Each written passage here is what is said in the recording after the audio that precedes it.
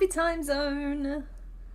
Hope you're all having a really good day. Hope your week has gone well. Sorry, just making sure I'm clicking all the buttons and making friendly noises while I do.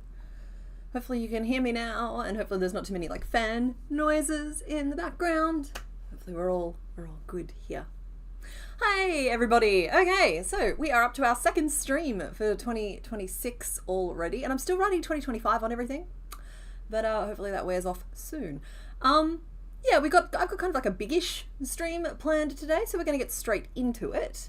I have some things to show you while the first poll is running, but we're just going to get the first poll going first. So today I have actually two boards to show you. So we have our main board here, and I'm going to be introducing a secondary board for the next few streams. It's called the Just One More board, and it basically has all of the really, really easy Pokemon behind those little like scratch-off spots. And so when I get to the stream and I'm just like, oh, I don't know if I want to pick another one because there's hard options, we go to the Just One More board from now on. And there's a nice easy ball-shaped one there for us, regardless of what is picked. So that's a lot of words I just threw at you. Hello. Yeah, but anyway, this is our board for today. And the theme is literally just, I picked 4 of the harder Pokemon. I went through all of the Pokemon. I split them into either whether or not they were like easy little balls, really hard, or just then the medium bracket. And so we are doing a difficult one today because we've been dodging them so far. So that's why there is only 4 on the board, this first board, because we'll do 1 or 2 of them depending on how things go. And then we have the Just One More board to like fill in any gaps along the way. And we'll see. I will allow this to evolve over time if we don't like it. So this is just a thing we're trying out for today. So let's get this poll started. The colors of the doors do represent the Pokemon behind them. I'm extra careful to do that when there's no other like extra hints going on other than that they're difficult. So there is that poll started, and I have some stuff to show you. So turn little mini player on in the corner so you can see who you are voting for. Where is the big player button? There we go. Okay, so first of all, we have the Pokemon from last week. So first off, last week we made Yarnsparce. And this is how he turned out. So I think last week we cut before I'd made this belly piece with its 2 little teeth. I ended up just building those in with some picots. There we go. Theme is challenge mode. Yeah, pretty much, Loot. Oh, and also I just want to apologize to the Purple Color Brigade. Wait. Purple Menace Brigade. That's what that's called. Is it a brigade? No, it's the Boring Color Brigade and the Purple Menaces. I'm sorry, I mashed you guys together in my head. But anyway, the Purple Menaces need an apology, and I know it looks like I've been avoiding purple Pokemon, but there's only like 3 in this generation, and so like it's hard. I'm rationing them out a little bit. We were like overfed on purples in Gen 1. In Gen 2, there's literally like, there's Ariados, there's Suicune if we count his hair, and there was one other that I spotted, but there's no real purple ones in Gen 2. So that's why you guys have been kind of in famine mode a little bit. And also we have Sriracha. Watch my thoughts splash all over the place. Eventually I'll find a narrative thread and stick to it. So there we go.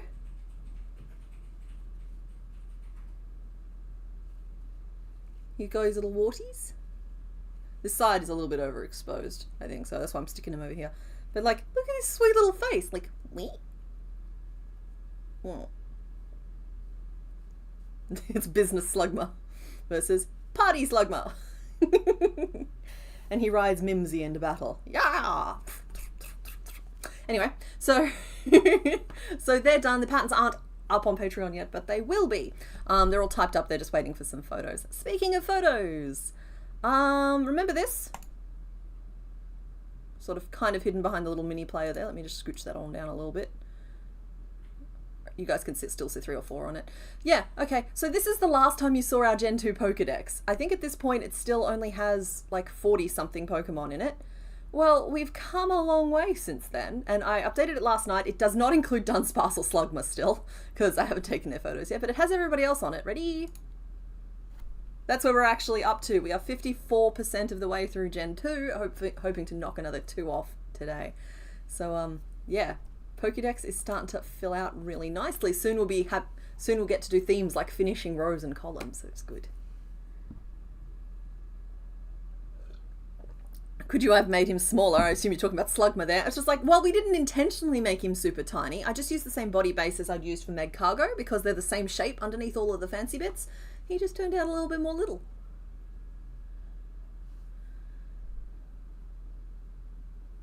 Yeah, Loot, I'm thinking about doing the 3 Mareep line as the last 3. I'm kind of just sort of letting things run their course a little bit. I don't even know if I want a really hard one for the end like we did with Gyarados, or if we want a nice, or if I want to save up like 12 really easy ones and we do like a marathon to finish. It's just like there's so many, I'm a bit indecisive and I need to make a decision soon because we're running out of Pokemon.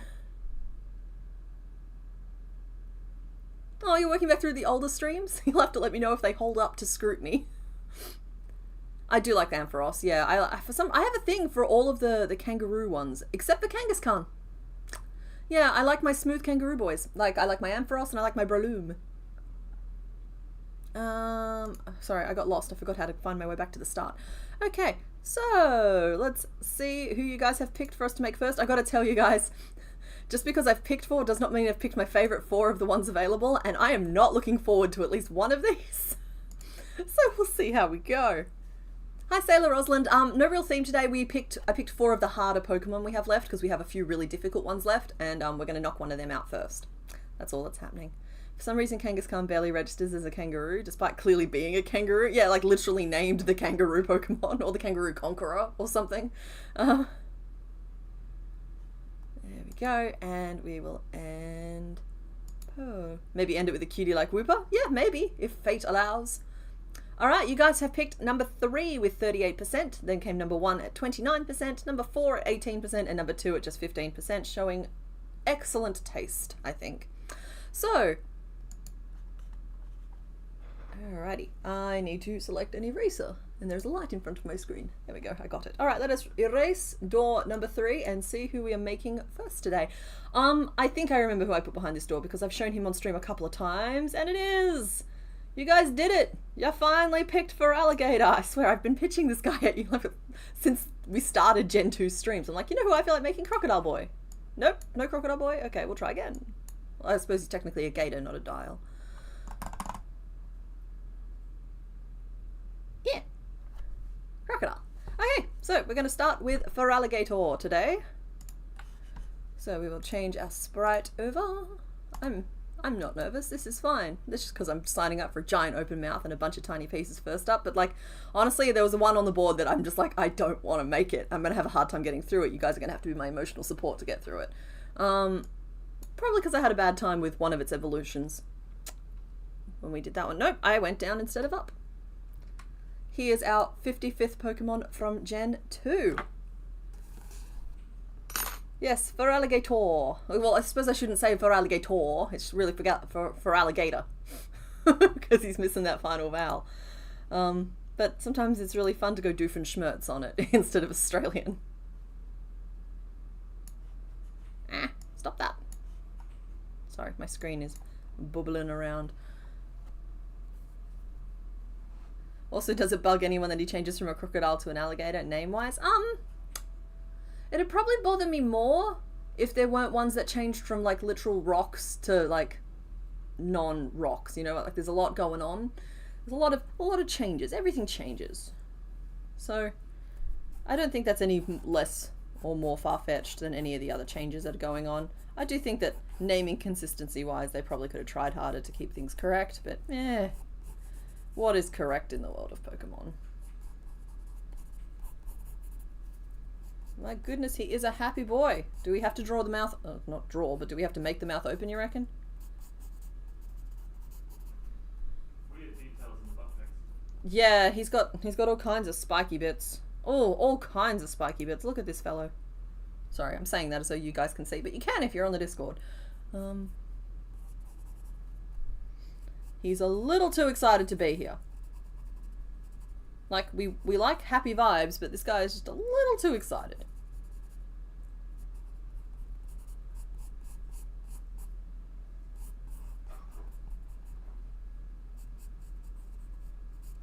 And at least if he doesn't turn out properly, he'll be over slowly, because he's going to take a long time. And he's got teeth. Lots of them. Can't see your second eye. What have I done proportionally to you to make you look this weird, buddy? Let's move your nose up a little.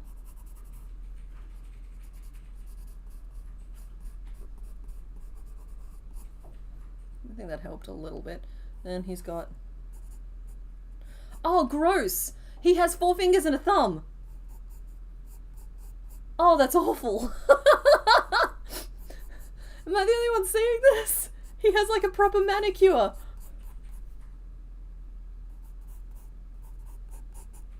Oh, I am uncomfortable.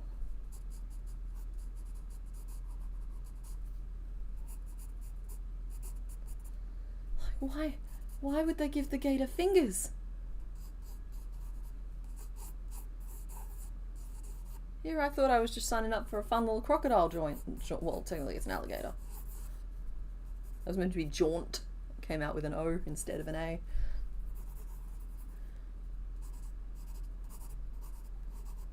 Still, he'll be off the list. This is fine. This is fine. I'm fine.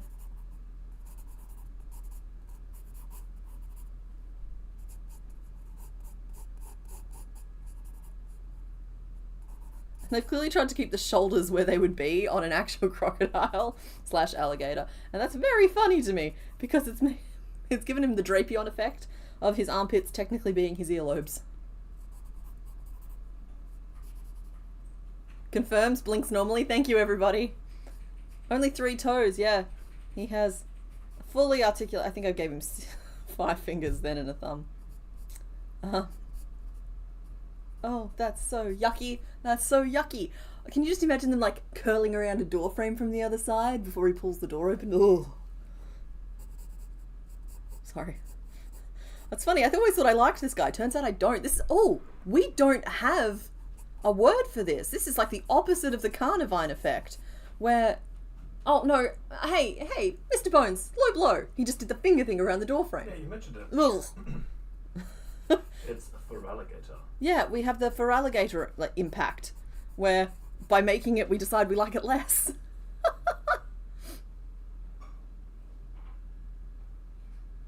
Yeah, secret Peepamon. Ugh. And he has little envelopes on his knees. Why all the secrets, Feraligatr? Why are you also the postman? Why are you wearing cargo pants? So many nails and points on this guy. I'm complaining, but I'm gonna, like, I'm open to the challenge. Oh, I forgot his tail. He's got a tail here too, of course he does. Looking forward to never making this one again. Yeah. Oh no. I still think you guys picked what, I can't remember specifically who I put on the board, but from memory, this was one of the ones I was actually looking forward to on the board, so how bad could the rest of them be? Ugh, ugh, ugh, yuck. I've given myself the yuck so bad with those fingernails.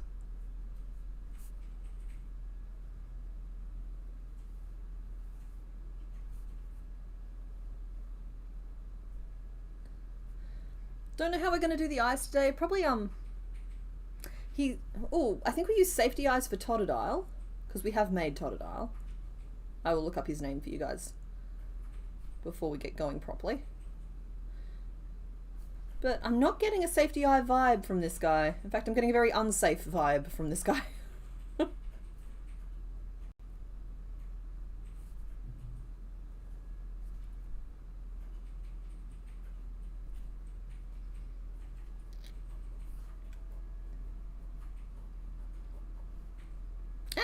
Put a line in the wrong spot just because I'm on autopilot a little bit. There we go. Creepy fingers. Ugh.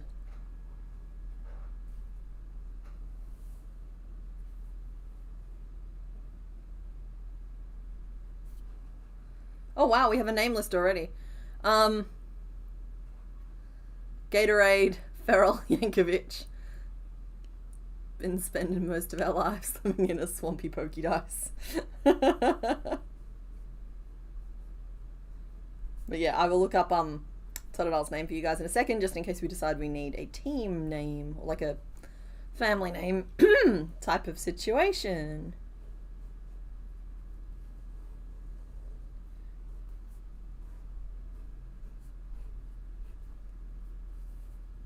Sorry, folks. I understand the drawing is a little sloppy, but my first one is normally easier, so I can normally get away with the fact that the care factor hasn't increased dramatically yet, whereas like right now I'm just like, bleh, it's fine. Oh, he's got long nose. I've given him a very long nose.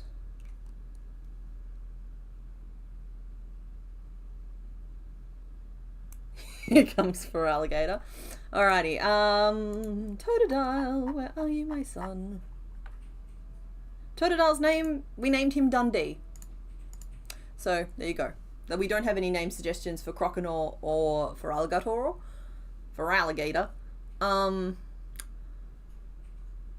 With that belly, he's not that fierce. Yeah, I'm not worried about fierceness. Like, I'm not afraid of him like a scary monster. But it's just like the... Ugh.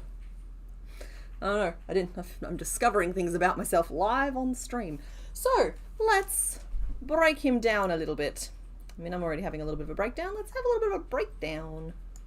So from the side, this fellow looks positively goofy, and I think I'm gonna close his mouth, frankly.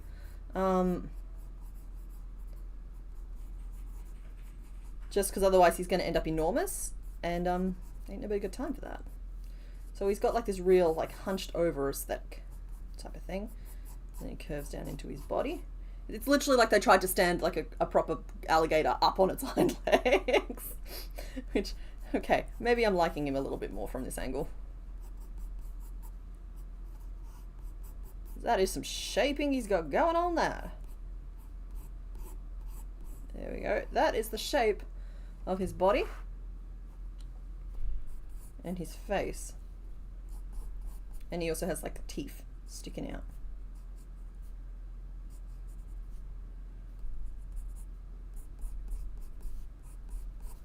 So that's our main piece right there. The rest is all just details.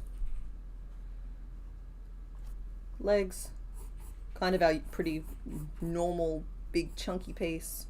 The giant flat flipper. The only odd thing is the toenails, and we'll just build them in as we go. Arms are creepy, but fine. Don't know if I'm going to do 5 fingers or if we're just going to give him the mitten treatment. Mitten and a thumb, but I'll assess and see how I feel once I see how the rest of him is turning out. Like, sometimes I can be inspired to give a little bit of extra detail if things are turning out really well. He has a bunch of little squares all over him, but we'll make those as separate pieces. The chevron on his tummy we'll do as a separate piece. I'm not fussing around with that kind of specific colour marking. This under jaw piece could be worked as colour changes, but I think we'll get a nicer overlap if we actually split this into, first of all, a head and a body. So like this is like head and neck, and then we do this head and neck piece as, again, just split it so that this is a top of the head piece, and this is, so then I can do this whole piece cream, changing to blue for the neck, and then the head overlay piece is going to give us the top of the mouth. So this is going to break down into actually 3 pieces. And I'm feeling pretty good about those, frankly. Cheese gator? Oh, sorry, cheese grater. Was I painting today? Do I have paint on me? No? I'm very interested to know where that question is coming from, because my mind is going to a bunch of different things. Yep, thank you, Mr. Bones. I think I'm looking at your oh no, I'm looking at someone's reference images. Oh, Loot, sorry, I'm looking at Loot's reference images. So, but thank you to everybody who has provided me reference images. I really appreciate it. Like, it's really helpful stuff. Oh, in that one there, they've given him, I can't call them what I want to call them because I'm on stream, but I'm gonna go with pectoral muscles. That's probably more correct. How fun for us. Gator pecs. The white dot on my cheek. Oh, no, sorry, that's a Band-Aid. I've been wearing that for the last 6 weeks. But it's not super visible on stream, I guess. And I suppose we haven't really been streaming that much. It's fine. It's fine. It's just a little thing that's healing. Rain, I thought you were accusing me of just like being a little too inhaling too many fumes or something like that. I'm just like, where is this question coming from? The chat is full of gators from us all now. Yeah. Oh, I think the cheese gate. Sorry, I know it says cheese grater, but the cheese gator is very funny to me. He could. I will allow him to be entered into the feral appliances if we want him to be. All right, now nobody panic because I'm going free range because I have to go and collect some yarn from my workspace behind me because I'm working on a project that requires a lot of colours, and so that's where a lot of my colours are. But here is the iceberg. All right, that is our yellow. I think we will also steal back our outback, which I found, finally. Or is this our shrimp? No, that's our shrimp over there. This is our outback. I did find the outback. I was looking for it last week. And we also need our, I think that colour's called lemon sorbet, and I've got that over here already. Okay. Colours. And I'll need the white for teeth, but that's a stitched on detail, so it's fine. Now, thank you all for not panicking. You've been very well behaved.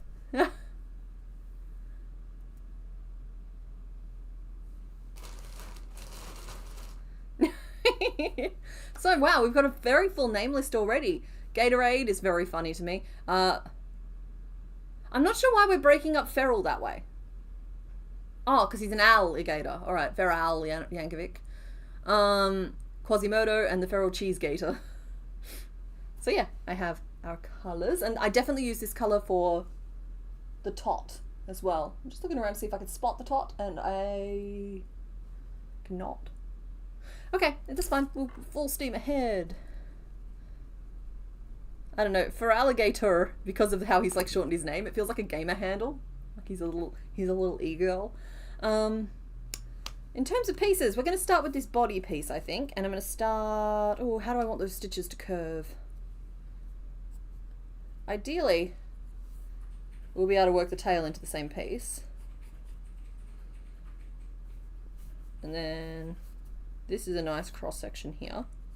So we'll try and hit that in the middle, because then it's easy to like work out how to go out on one side. And it's only this top knobby bit that's going to potentially be a little bit of a problem, but we can round that out. It's extra stitches, but it's not a big problem. Just comes straight down through the middle, and then hopefully the magic ring gets covered by the neck. And I say hopefully as though it's not my job to do it. Yeah, not a lot of purple in Gen 2, but there does seem to be a lot of these colours. We've used them quite a bit. Like right now on the screen, we've basically used those three colours. I used a darker teal for Dunsparce, but I could have used this. That's the point. They like their primaries in Gen 2. Just kind of took us back to basics a little bit. I've been perusing Gen 5. Where's my hook? I know I brought it over. Was I not flailing it around? Oh no. Found it. Perusing Gen 5, and they've gone for a lot more like prints. Like I feel like a lot of Pokemon up till Gen 5 are solid colours, and by that I mean like we've got like a solid coloured chevron and a solid coloured body, whereas like I feel like by Gen 5 they start putting a lot more like prints on them. Maybe I'm just thinking specifically of Mana.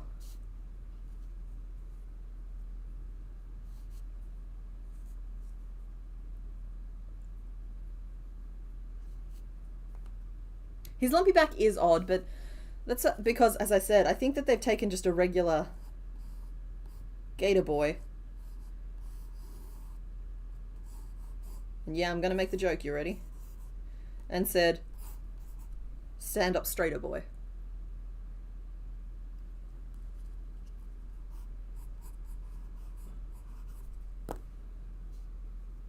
Yeah. Gen 5 is kind of detail heavy, which is why it's going to be kind of nice to not work on them on stream. But I am thinking about, sorry, you guys kind of get exposed to my stream of consciousness about things, which means that it's also potentially going to be disappointing if I decide to go in different directions. But yeah, this is what it's about. So I'm thinking a lot about that Gen 5 run at the moment. Haven't started game testing it because I'm busy with the project behind me. But I don't know, I'm thinking about different ways I can release it, because I have my own attitude about series, in that I try not to start watching one, whether on, excuse me, whether on YouTube or like television series, or even like when reading books. I try not to start a new series if it's not finished.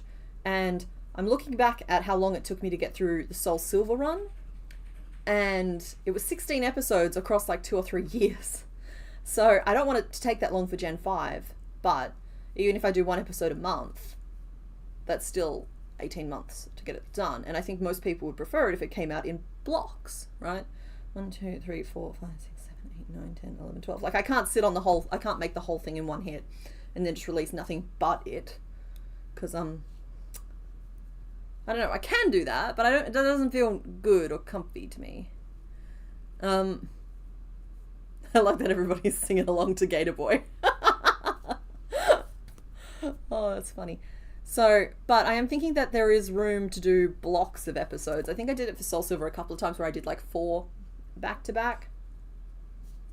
I won't rule out doing something like that.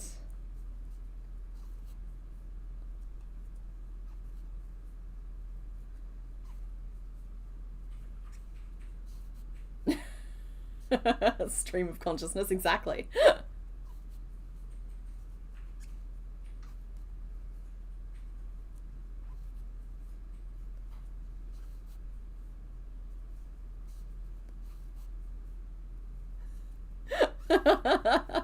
Gatorade, Quasimodo, Feral Cheese Gator, and the Gator Boy.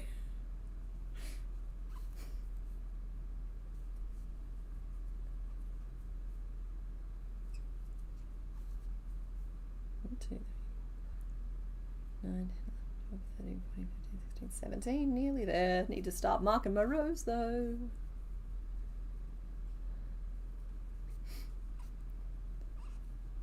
So yeah, I don't want him to end up too big, so I'm gonna try and, like, that's this bit here, so now I need to grow out most of it normally, but one of the, so I'm increasing, sorry, let me start that whole section again. I'm increasing currently at 6 main points to get relatively rounded, but it's technically a hexagon. So what I need to do is take my hexagon now and make one of them increase 3s instead of regular increases, and that will give me this nice spooky bit on the back while still giving me roundish for the rest of it. So that is the plan. Gator Boy might be the correct answer because he's just a gator boy. Dang it. He's getting carnivined as we speak, so maybe we've double backed on. No, as soon as I make those fingers, I'm going to change my mind again. Ugh. It's so unnecessary. Just, why? Why would they do this to us? We're just little creatures living little lives. Why would you introduce such a thing? Okay, so I'll do 3 of those, and then I'll do the big one, and then I'll do 2 more because I want it to happen in the middle of the row, so I don't have to deal with it across the end of the row.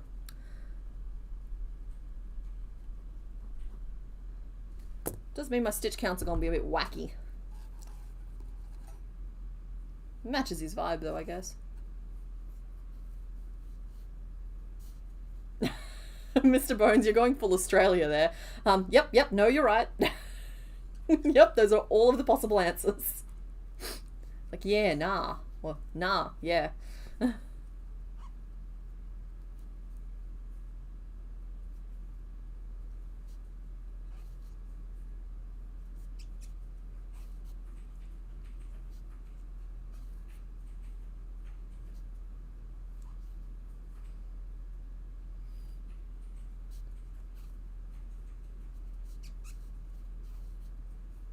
You got a cute dweeby face. Oh. No, that's good. It's good, it's good. Cute is good.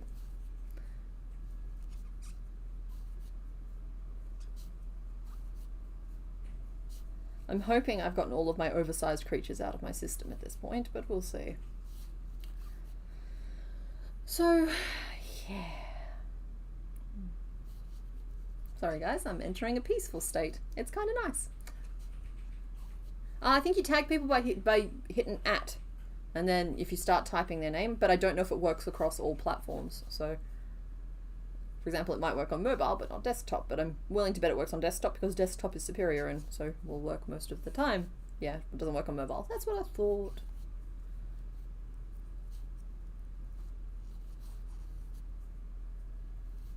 Alright, so I've marked the start of my row there, but what I'm also just going to do is mark the middle stitch of that extra pointy point that I'm building so I don't lose it. I potentially should have started doing it a little earlier. He's going to turn out quite a large boy. But then I've looked at some of the other not Gen 3, but the third evolutions for starters, and they all turn out kind of on the chonky side. So I think we're okay. My goodness, these rows take a while to like write out though.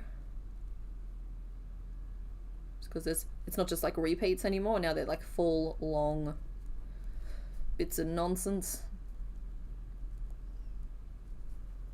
2 single crochet, and then it's 2 of that, and we'll go single ink, 2 single, and that takes us up 7 again, which gets us to 32.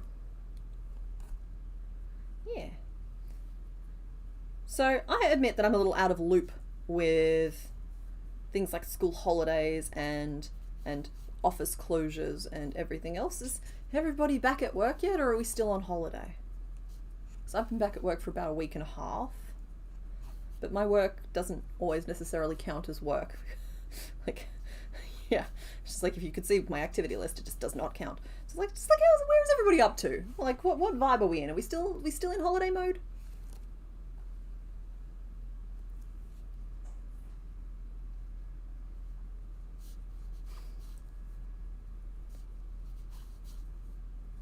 Feel like I'm serving like old aunt at the party trying to connect with the kids.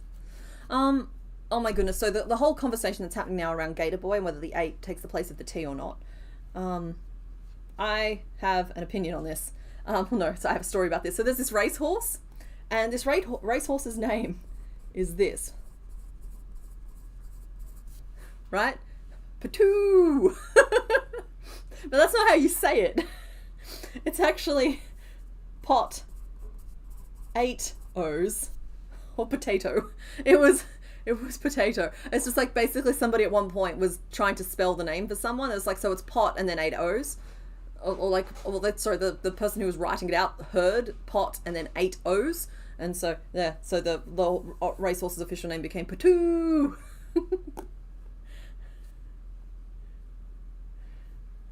Yeah, that's my fun story around that.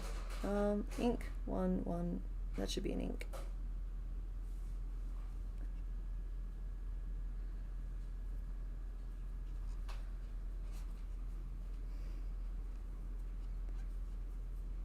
No, they kept it. The guy who owned the horse liked the Patoo so much they made that the official name. So yeah, it's pot 8 O's.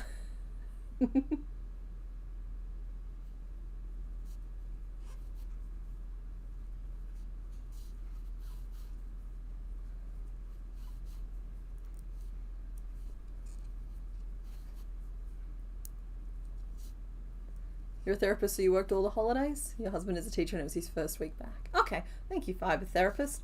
And thank you for working the holidays. I'm sure it made a difference. I think with the OG song, it's Skater Boy. Oh, okay, yep. I mean, I can dig out I think I have that CD.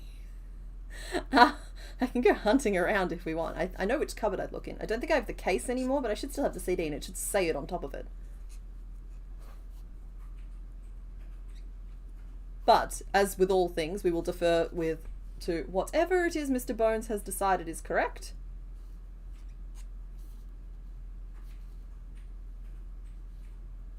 One does not simply question the bones of it all. Why is this not... Oh, I know what I'm doing wrong. Sorry, guys. I've mucked up the counting of this row horribly. I'm just like, why is none of the counts coming out right? Because I'm a wee bit of a dingus. That's why. You're visually yelling to a distant Patoo. Well, Patoos are a really terrific bird as well. It's like, I relate to their somewhat manic expressions. Okay, the OG is Skater Boy. Oh, I don't like the E. And yeah, Feraligatr doesn't have an E, so I agree with nixing the E.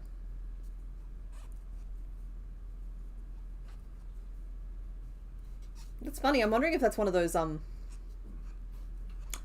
know those effects where like we kind of, as a society, have like a group hallucination and remember something wrong? I'm trying to remember what that's called, because all I can remember is that it's in reference to Sinbad. You relate to their entire range of expressions. Yeah, they also have the go away, the I am a log, and the what the hell is that?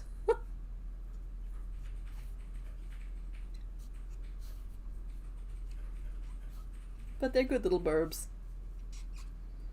I am partial to a frog mouth. In fact, I was just talking to Mr. Bones about this. It's just like... Mandela effect. The Mandela effect. That's the one. Thank you. Gotta love those group hallucinations. Yeah, I was just talking to Mr. Bones about this. The fact that... Come on, what were we talking about? Oh, that I have a soft spot for all kinds of creatures, but for some reason mammals are just like, yeah, they're fine. Like, I get really excited about, like, bugs and lizards and amphibians and certain kinds of sea creatures are kind of like, okay. And birds, it's like, I've worked out it's to do with visual texture. And when I say excited about, I don't mean to, like, cuddle. I mean to, like, make. Things with lots of visual texture are very exciting to me. And so I feel okay about the fact that the mammals kind of get a little bit of the short end of the straw on my channel. Because I'm just like, yeah, mammals, they can fend for themselves. 1, 2, 3, 4, 5, 15, 16, 17. It's at least 18. And then we'll make up a mind about what we do next. Happy time zone, not martini. 2, 3. I've gone too big. If that's meant to be his first back lump, he's going to end up like, yeah, no, I've gone too big. Back we go. Go back. It's bad CK. Don't do that anymore. Okay, there we go.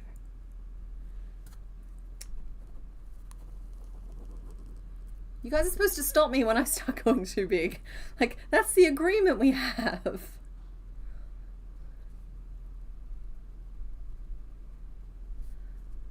One, 2, 3, 4, 5, 6, 7, 8, 9, 10. There we go.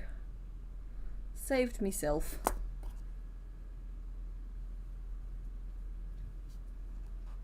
You love mammals, but they're less exciting as crochet patterns, maybe because they're more represented than lizards and fish and stuff. I think it's because, well, for me anyway, it's that with lizards and fish and birds and all of that sort of thing, I can find ways to, like, attach layers to things, and layers always look really interesting. Whereas, like, with fur, I'm not as inspired to make fur. Fur, for some reason, just feels tedious. I'd rather make 500 scales and sew them on individually than brush out a single solid object. And can I explain why? No. I think it might be I don't know, the brushing, the wires scratch your hands. Maybe it's that it's an unpleasant sensation. But then the sewing hurts my hands too after a while. So I don't know. It's just one of those, you know, it's like, why is your favorite color your favorite color? Sometimes the answer is just 'cause it is. Yeah, Potatoes is a famous racehorse. Exactly. To be fair, mammals get a majority of love normally by other designers, so you going to the others is a great change. Oh, okay, well that's cool. I just... At some point I heard a certain phrase, and it was about wasps. And I don't know, something about it just like resonated through me and became like a core foundational pillar of who I want to be as a person. And it's the idea that, like, yeah, okay, swat the wasp or whatever, but like it's just a little creature living a little life, and something about that just like echoed through time and restructured me. And so yeah, now I have a real soft spot for all of the little creatures just living their little lives. And yeah, that's where we are. He's still going to be huge, guys, to anyone sad that he's not mega potted. He's coming out massive. I have done a giant oops, and I'm going to live with the consequences. Well, I don't understand the boy.